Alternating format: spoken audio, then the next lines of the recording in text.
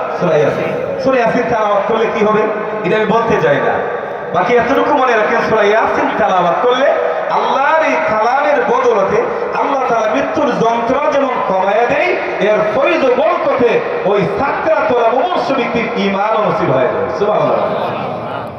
এজন্য একটা অনুরোধ করব, মনে রাখবেন নিজের ফ্যামিলিতে একটা সন্তানকে তৈরি করেন যাতে করে আপনার অন্তিম সময় সূরা ইয়াসিনটা আপনার পাশে তেলাওয়াত করতে পারে। অনেকের তো অর্থ আছে, সম্পদ আছে, দুনিয়ার লাইনে ডিগ্রি আছে, কিন্তু কোরআন শরীফ তেলাওয়াত করার মতো, সূরা ইয়াসিন তেলাওয়াত করার মতো এমন যোগ্য সন্তান এই সমাজের অনেক কর্ণধারের ঘরে এখনো জন্ম হয় নাই। কথা বলে ঠিক কিনা?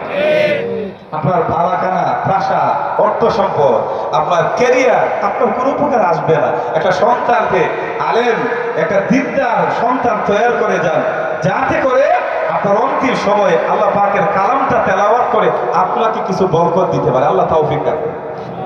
2 নম্বর রাসূল বলেন লাকিনু মাউতাকুম লা ইলাহা ইল্লাল্লাহ, লা ইলাহা ইল্লাল্লাহ তালকিন দাও। কারণ ওই সময় লা ইলাহা ইল্লাল্লাহ তালকিন দিলে তার জেহেনে কালিমার